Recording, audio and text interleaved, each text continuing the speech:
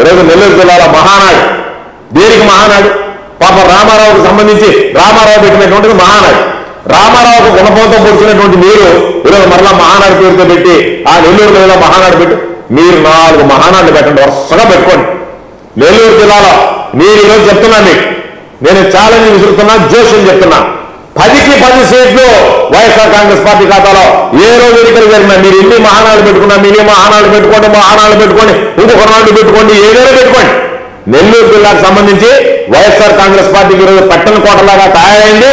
నెల్లూరు జిల్లా ప్రత్యేకంగా ఆంధ్ర రాష్ట్రం ఏ విధంగా అయితే జగన్మోహన్ రెడ్డి గారి నాయకత్వాన్ని కోరుకుంటుందో నెల్లూరు జిల్లా ప్రజలు కూడా జగన్మోహన్ రెడ్డి గారి నాయకత్వాన్ని కోరుకుంటున్నారు. కాబట్టి నెల్లూరు జిల్లాలో వైఎస్ఆర్ కాంగ్రెస్ పార్టీ ఎదురులేనటువంటి శక్తిగా తయారైంది. కాబట్టి వైఎస్ఆర్ కాంగ్రెస్ పార్టీకి అనుకూలమైనటువంటి పవనాలు వేస్తూ ఉన్నాయి. కాబట్టి వాటిని ఏ విధంగా అడ్డుకోవాలి, ఏ విధంగా నిరోధించాలనేటువంటి దానికి మీరు నెల్లూరులో మహానాడు పెట్టి మాట్లాడితే దానివల్ల ఏదన్నా మార్పు వస్తుంది అనుకున్నారా?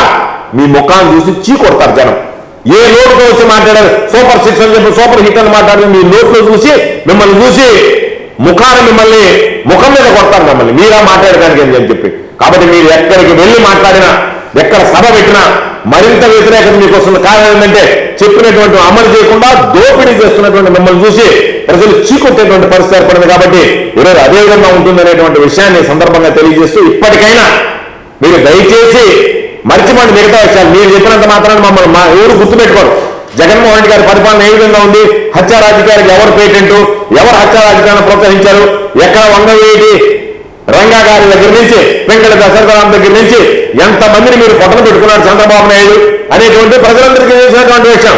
కాబట్టి నువ్వేదో మసిపూసి మాట్లాడకాయ చేసి నీ గత చరిత్ర, నువ్వు ఏ విధంగా ఉన్నావు, ఏ విధంగా వృద్ధిలోకి వచ్చావు, ఎన్ని మండలు చేశావు, ఎన్ని దగ్గరలో ఎంతమందిని పొడిచావు, ఎన్ని పార్టీలను పొడిచావు, ఎంతమంది వ్యక్తులు పొడిచావు, చివరికి రాష్ట్ర ప్రజలు ఏ విధంగా పొడిచావు, ఇవన్నీ ప్రజలు అర్థం చేసుకునేటువంటి పరిస్థితులు ఉన్నాడు చంద్రబాబు.